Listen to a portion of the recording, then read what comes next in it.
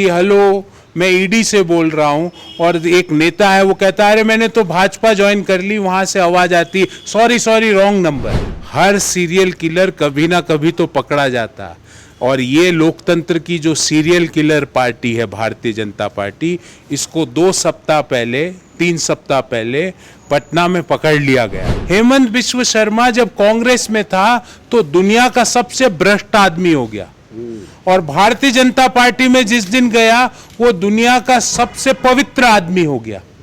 ये कौन सी धुलाई की मशीन है कि क्यों राज्यपाल जी अभी तक अपने निर्णय को रोक के बैठे हैं? कौन सी बाध्यता है, किसके इशारे पर वो निर्णय रोका गया? मूल सवाल ये है। गुड गवर्नेंस के मॉडल में कौन सी किताब में ये लिखा हुआ है कि गली गली दारू के ठेके खोलना गुड गवर्नेंस है? लोग तो दिल्ली के सोच रहे थे कि मोहल्ला क्लिनिक खुलेगी या मोहल्ले दारू के ठेके खुल गए। कांग्रेस को लगता है कि बीजेपी सीरियल किलर हो गई है। सीरियल किलर किसका? लोकतंत्र का। आदिवासियों को अपमानित करने वाली पार्टी हो गई है बीजेपी। ऐसा क्यों लगता है कांग्रेस को? हमारे साथ उनके राष्ट्रीय प्रवक्ता हैं। सर, आपके जो ये तर्क दिया कि भाई सीरियल किलर है, इसके पीछे क्या वजह है? जहाँ पे भी प्रदेश के लोगों द्वारा चुनी गई सरकारों ने भारतीय जनता पार्टी को उखाड़ा, उनको बाहर फेंका, वहाँ पर उन्होंने विधायकों की खरीद फरोख्त चालू की। मध्य प्रदेश में मैंडेट किसके पास था? कांग्रेस के पास था। विधायकों की खरीद फरोख्त कोरोना के बीच में की गई। गोवा, मेघालय, सिक्किम, मणिपुर, आप कोई स्टेट का नाम बताइए। विधायकों को खरीद फरोख्त करके चुनी हुई सरकारों को गिराना भारतीय जनता पार्टी का एक तरह से आदत बन गई।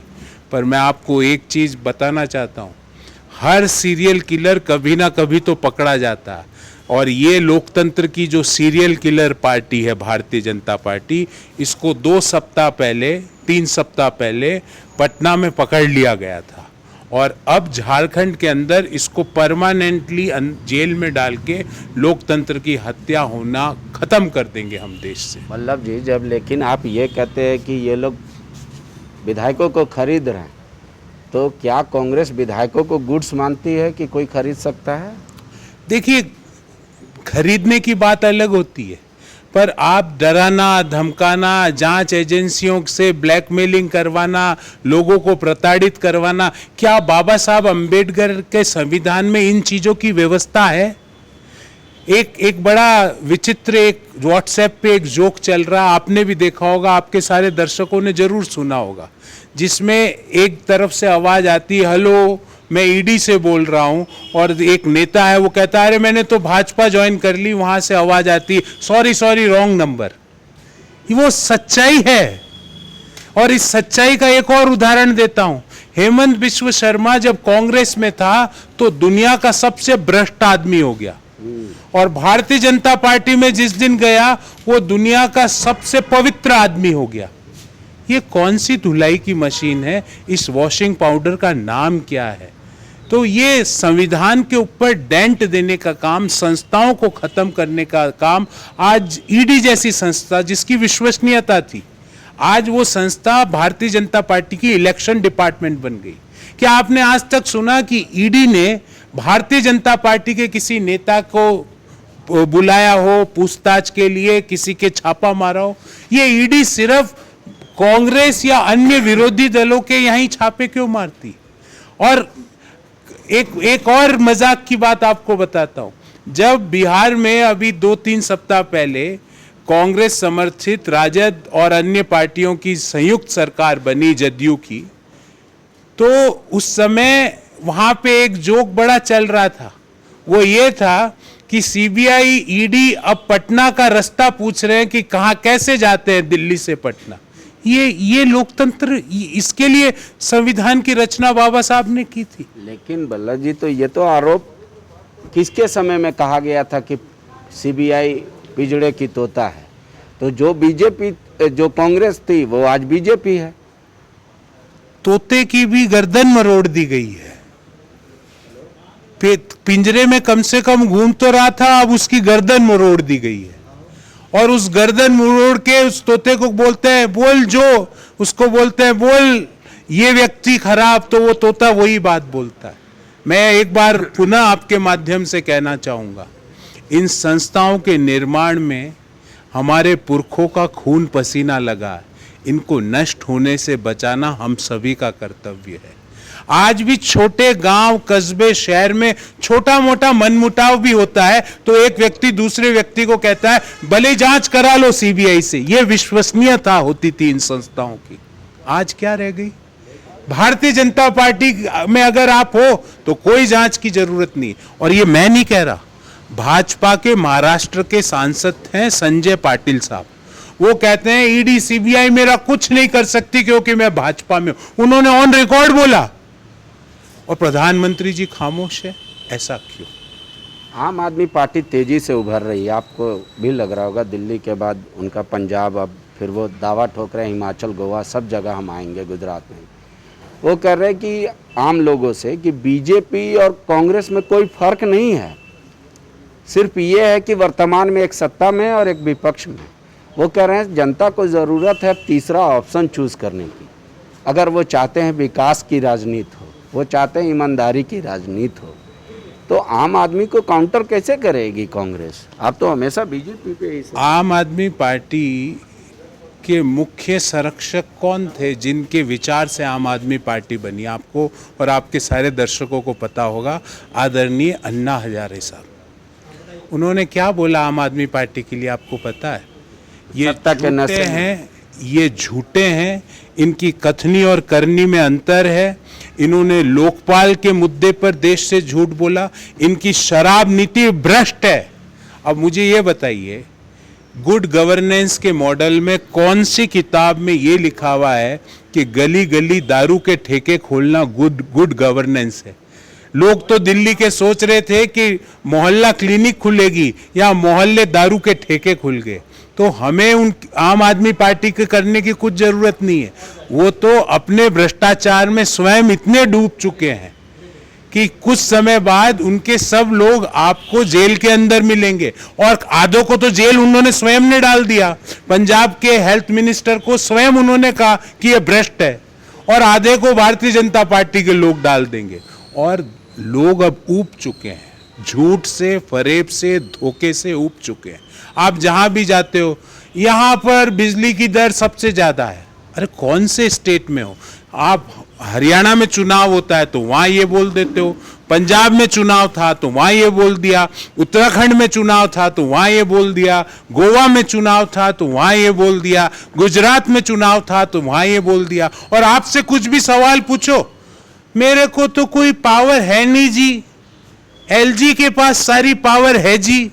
अब एलजी बोल रहा है ये भ्रष्ट है, आम आदमी पार्टी बोल रही कि एलजी भ्रष्ट है। पर मैं आपको एक चीज बता सकता हूं कि गली गली, मोहल्ले मोहल्ले क्लिनिक खुलाने की बात करने वालों ने गली गली दारू के ठेके खुलवाए, शराब नीति से कुछ चुनिंदा लोगों को फायदा पहुंचाने का काम किया। उन लोगों को इसका जवाब देश के लोग और दिल्ली की जनता को देना पड़ेगा। अब एक चीज़ देखने को मिल रही है, 24 में प्रधानमंत्री का फिर से चयन होना है। नीतीश कुमार को जदयू बोल रही है, आरजेडी बोल रही है कि वो बेस्ट ऑप्शन है। साउथ के भी आपके सीएम आके मुलाकात किए उनसे। तो कांग्रेस को लगता है जो आप कहते हैं कि विपक्षी एकता की बात हम कर रहे हैं, वहीं पे सेंधमारी हो गई है। अब राहुल जी ऑप्शन नहीं है, अब प्रियंका जी ऑप्शन नहीं है, अब सोनिया जी ऑप्शन नहीं है। अब लोग उनसे कह रहे हैं कि किनारा कर रहे हैं, नीतीश जी ऑप्शन बताया जा रहा है। आप मुझे ये बताइए, पिछले 8 साल के आपको कुछ उदाहरण देता हूँ। जब भारत माँ की भूमि में चीन ने परमानेंट हेलीपैड बनाए, सवाल किसने पूछा देश में? मुझे एक आदमी का नाम बताइए राहुल गांधी के अलावा जिसने ये सवाल पूछा हो। महंगाई पर हल्ला बोल रैली 4 सितंबर को कौन कर रहा है देश में? नरेंद्र मोदी से आंखों में आंखें डालकर कौन पूछता है कि ये बेरोजगारी आज यहां क्यों है? इस महंगाई के दौर में 5% आटे पर जीएसटी क्यों लगाई गई? आप डिवाइड एंड रूल, देश को बांटने का काम क्यों कर रहे हो? अगर पिछले 8 सालों में किसी एक पॉलिटिकल लीडर ने यह काम किया है तो वह राहुल गांधी जी ने किया है। और कांग्रेस के कार्यकर्ता हूं मैं छोटा सा, कांग्रेस के हर कार्यकर्ता की एक ही इच्छा है कि उनका नेतृत्व, देश का नेतृत्व एक ईमानदार आदमी करे, एक ऐसा आदमी जो भारत को जोड़ने के लिए 3700 किलोमीटर पैदल चलने को तैयार है। कौन से कुमार जी और कौन से बंगाल जी और कौन से तेलंगाना के मुख्यमंत्री जी 3700 छोड़ के 3.5 किलोमीटर चल सकते हैं? ये उनसे पूछ के फिर मेरे से ये सवाल कीजिएगा। आपके भी 3 विधायक, अब थोड़ा लोकल सवाल कर लेते हैं। झारखंड में पैसे लेते गिरफ्तार हुए, बिहाइंड द बार भी गए, फिर वो अभी बाहर है। बंगाल में उनको मतलब कहा गया रहने के लिए, कंडीशनल बेल है। तो ये क्या कांग्रेस के 3 विधायक को आप पहले ये पैसे का प्रकरण किस रूप में देखते हैं? देखिए, पार्टी ने उनके खिलाफ जो भी उचित कार्रवाई थी पार्टी के संविधान के अंतर्गत वो हमने की। हमने एक क्षण की भी उसमें देरी नहीं की। जो हमें कांग्रेस पार्टी की विचारधारा के अनुकूल जो कार्रवाई होनी चाहिए थी, बिना ये सोचे कि इनका हमारे को राजनीतिक फायदा होगा, नुकसान होगा, हमने हमारी कार्रवाई की।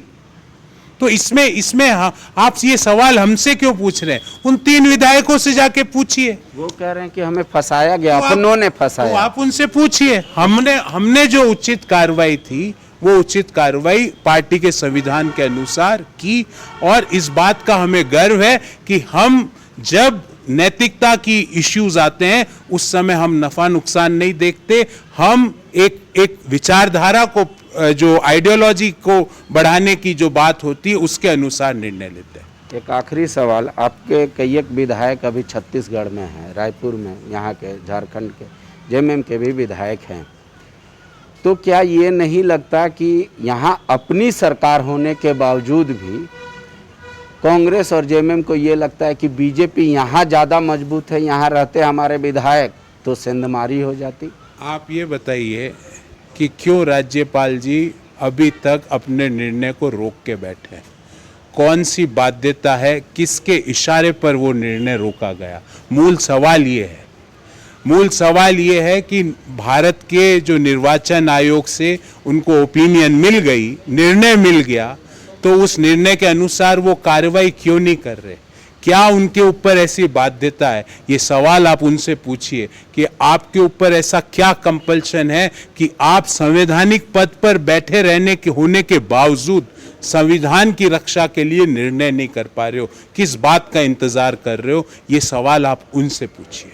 तब तो एक सवाल ये भी उत्पन्न होता है कि कल अगर हाई कोर्ट और सुप्रीम कोर्ट कोई फैसले को रिजर्व कर ले तो जो कंप्लेनेंट है या जो पीड़ित है वो वहाँ धरना प्रदर्शन करने लगे कि भाई अमुक डेट में ही दे दो। ऐसा तो ना ही ईसी ने कहा था, ना ही राजभवन से आया था कि हम इतने तारीख तक फैसला सुना दें। तो मुझे आज ही आपके माध्यम से जानकारी लगी कि हाई कोर्ट और सुप्रीम कोर्ट के बराबर राज्यपाल होते हैं। मेरे को जो बाबा साहब अम्बेडकर, संवैधानिक संस्थाओं पे बाबा साहब अम्बेडकर का जो संविधान है, मैंने तो वो पढ़ा है। मैंने तो मोदी जी द्वारा निर्मित संविधान नहीं पढ़ा है। और उस संविधान में राज्यपाल को अगर इलेक्शन कमीशन से कोई ओपिनियन या ऑर्डर मिलता है तो उसको उस ओपिनियन और ऑर्डर को एग्जीक्यूट करने का काम करना चाहिए। इसके पीछे कौन सा षड्यंत्र आपको लगता है नहीं होने का? ये क्यों, मैं तो ये आपसे पूछ रहा हूं कि वाई दे आर, वो टाइम को बाई क्यों कर रहे हैं? किसके कहने पे कर रहे हैं, किसके इशारे पे कर रहे हैं? सवाल ये है क्यों वो एक आदिवासी व्यक्ति को, जिसको कि प्रदेश की बागडोर प्रदेश के लोगों ने सौंपी, उसको वो क्यों डिस्टर्ब करना चाहते हैं? किसके कहने पे करना चाहते हैं? क्या बाध्यता है उनके ऊपर करना चाहते हैं? ये इन सवालों का जवाब देना चाहिए उनको। मैं ये सवाल राज्यपाल से नहीं पूछ रहा हूं, जो अगला सवाल पूछ रहा हूं, मैं उनसे पूछना चाहता हूं भाजपा के लोगों से कि ऐसी आपको आदिवासियों से क्या नफरत है? क्या आपका डीएनए आदिवासियों का विरोध करना है?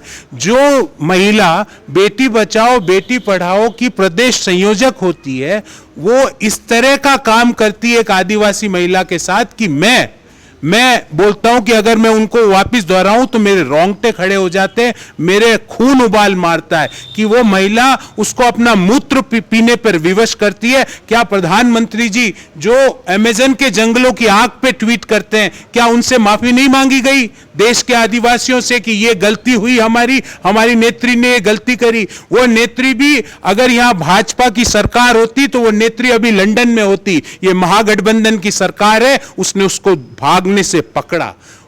तो मोदी जी और भारतीय जनता पार्टी के डीएनए में आदिवासियों का इतना विरोध क्यों है, इस सवाल का जवाब देश मांग रहा है। महिला एवं बाल विकास मंत्री जो कनाडा में अगर बर्फ पड़ जाती है तो वो ट्वीट कर देती है, और यहां एक आदिवासी महिला के मुंह में रॉड डाली जाती है, उसके गरम गरम तवे चिपकाए जाते हैं, उसको फर्श जो है उसको जीभ से साफ करने के लिए बाध्य किया जाता है, उसको बंधक बनाया जाता है। ये तो महागठबंधन की यहां सरकार थी कि वो आज इस मुकाम पे आई कि कम से कम उसका इलाज भी हो रहा। भारतीय जनता पार्टी की सरकार होती तो वो उसको वो मार देते और उसको जला जुलू के जैसा उन्होंने हाथरस की बेटी के साथ किया वैसा काम करते। बहुत बहुत धन्यवाद। शुक्रिया।